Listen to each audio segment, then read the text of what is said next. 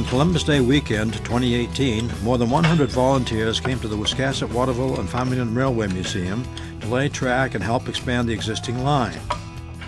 More than 100 volunteers came from many different states, and one volunteer was from Australia. Before the track and ties were laid on Columbus Day weekend, several volunteers had already spent more than 250 hours to prepare the track building materials in order to be ready for the host of volunteers.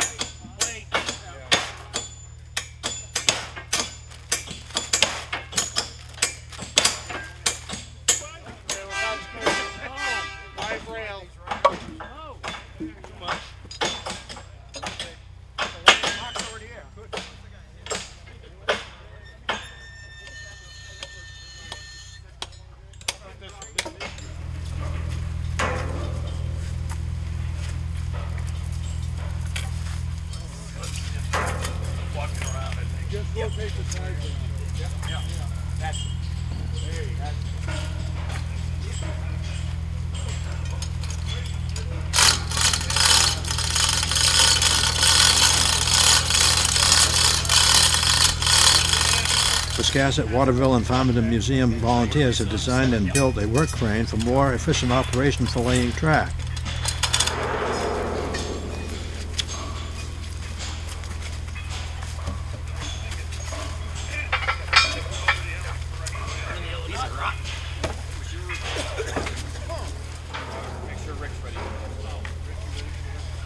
Chalk marks are put on the ties so that the volunteers can line up the rails properly.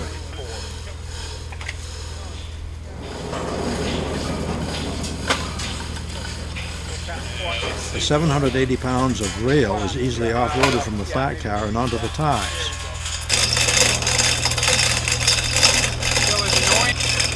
The joint bars are easily bolted into place. South on the rail. South on the rail. Got it. Alignment, Rick. Down.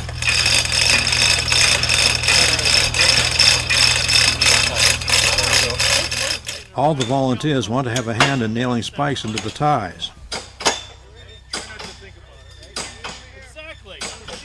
As the track is laid, the train moves forward so that more spiking can be done. The 1,100 members of the Wiscasset Waterville and Farmington Railway Museum annually donate between $80,000 and $100,000 to fundraising activities in order to be able to achieve these significant projects. On Saturday, September 8th, the museum completed a major milestone in the Trout Brook Bridge project. The Wiscasset Waterville and Farmington Railway Museum acquired an historic Boston and Maine Railroad bridge which originally spanned Moose Brook in Gorham, New Hampshire. The bridge was originally built in 1918. It is an historically significant example of a Howe boxed pony truss bridge, and there are only 6 such bridges still surviving in North America.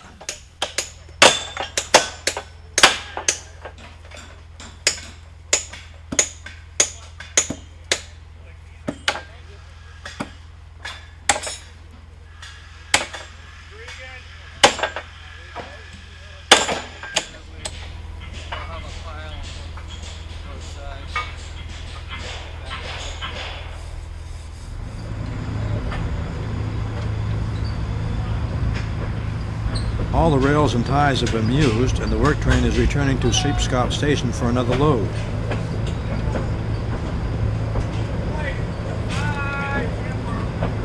Don't forget to write!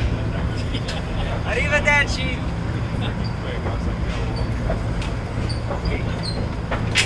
Yeah.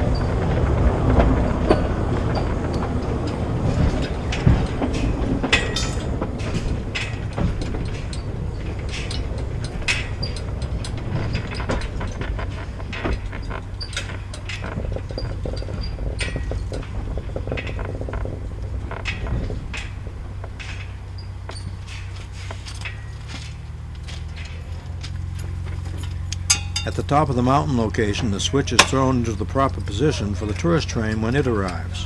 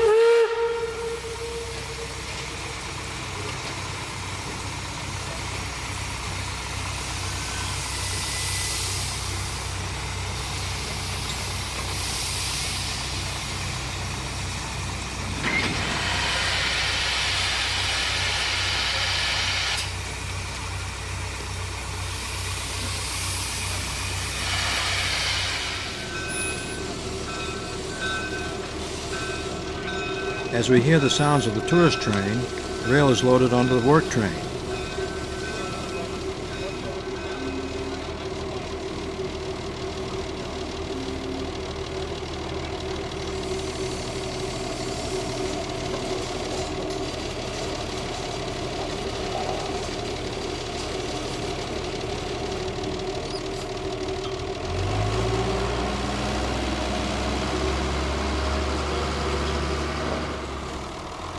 Each rail weighs 780 pounds, and there are 10 rails for a total of 7,800 pounds.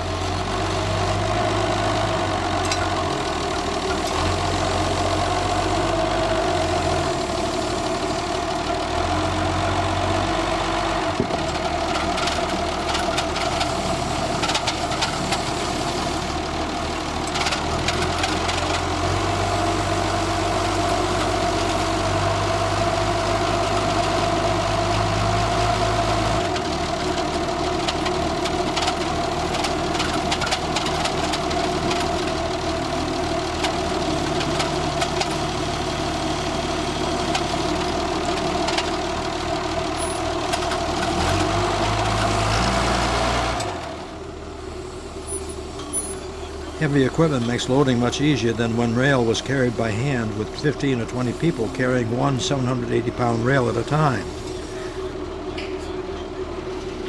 The rail is identified in pounds. When a 3-foot piece of rail weighs 60 pounds, it is called 60-pound rail. The original Wiscasset Waterville and Farmington Railway used a 32-pound rail. The 60-pound rail is being used because it is easier to find and less expensive.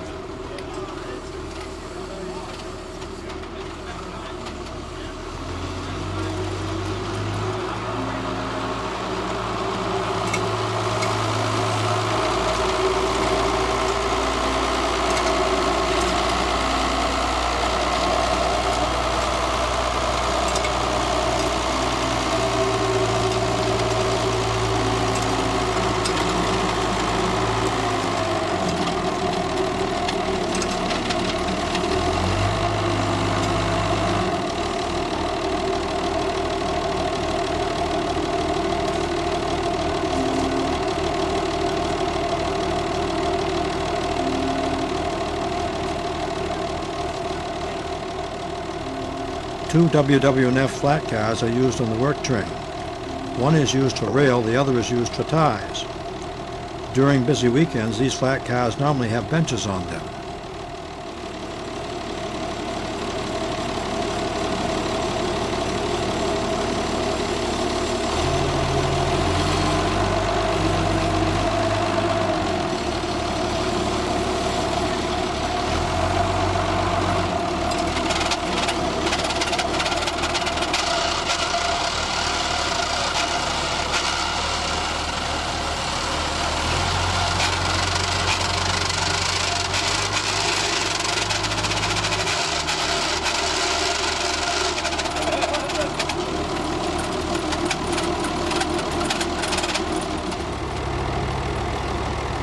The train is moved so the ties can be loaded.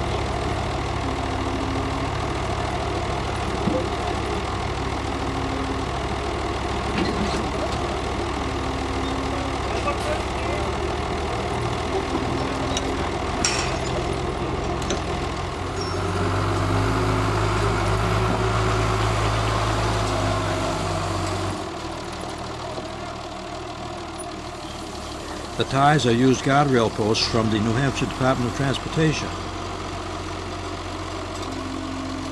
These are pressure-treated ties which are about 1/10 the cost of new creosoted ties.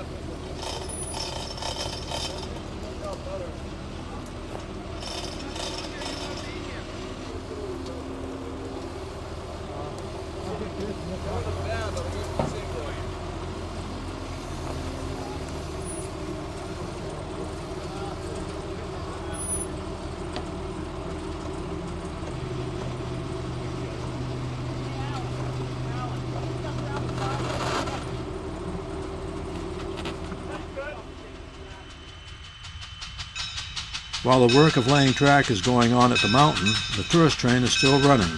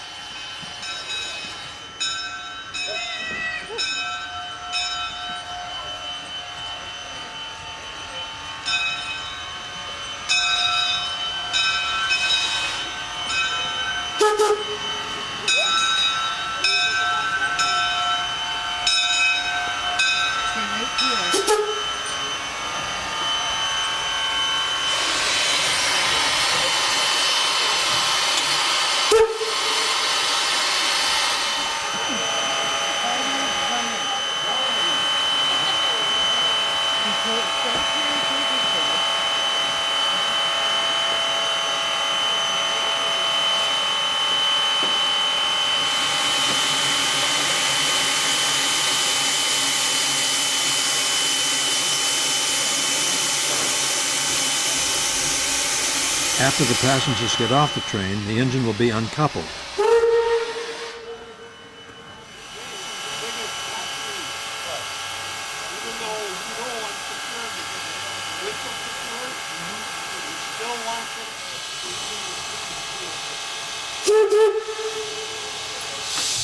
It took nearly 10 years to complete the renovation of locomotive number 9. It was built in June 1891 by the Portland Company in Portland, Maine. It was originally built for the Sandy River Railroad and then went to the Kennebec Central before coming to Wiscasset Waterville and Farmington. Number 9 is the only surviving 2-foot gauge engine built by the Portland Company, and it is the only original main 2-footer engine operating on home rails. Locomotive 9 ran on Wiscasset Waterville and Farmington Railway for approximately 4.5 months in 1933. In June of 1933, an engineer discovered a break in its rear frame. Another engine was used to replace locomotive 9, and the derailment of that second engine on June 13, 1933, marked the end of the Wiscasset Waterville and Farmington Railway. The replacement engine was eventually cut up for scrap at the site where it was derailed. As a result of its broken frame, locomotive 9 was spared demolition.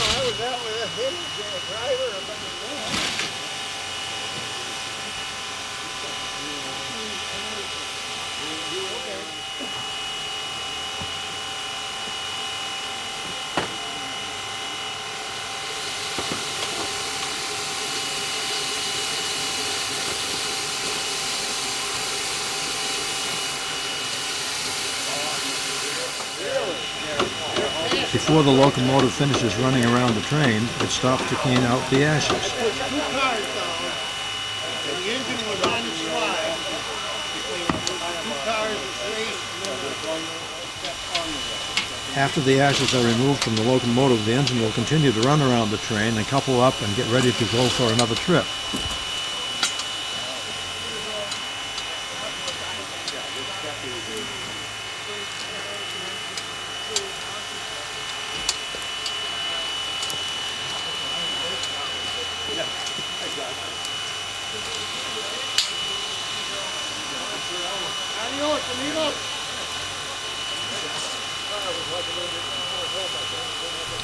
This slogan refers to the idea that they have reached the top of the mountain and are going down the other side.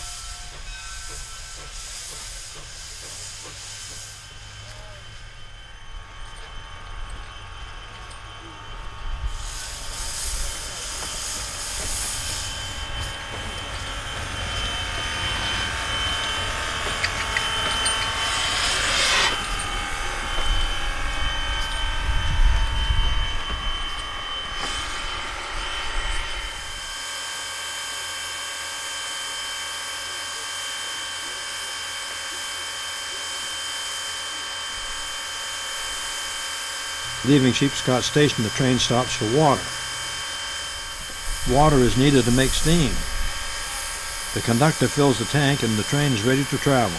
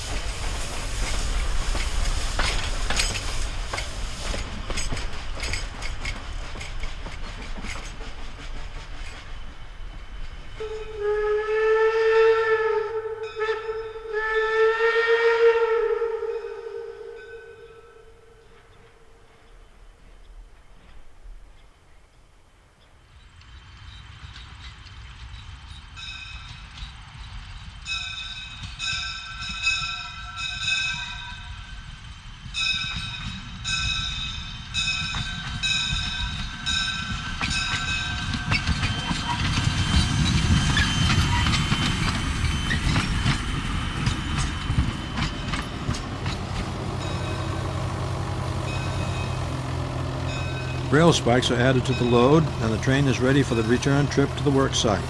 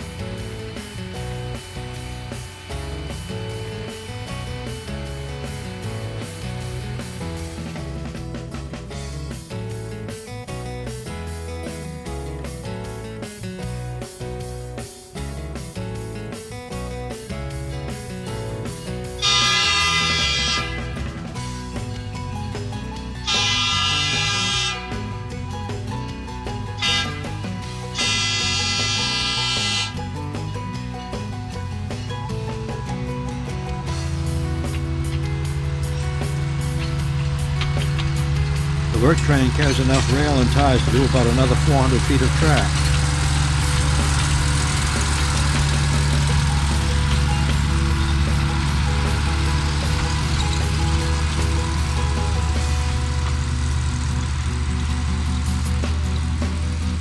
The Wiscasset Waterville and Farmington Railway is always on the lookout for new volunteers. Volunteers with no experience can come if they are willing to learn or have a talent they wish to share.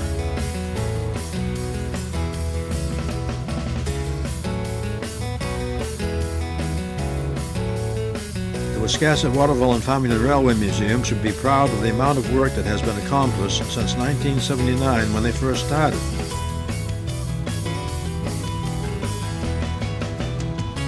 Thank you for watching this episode of Train Time.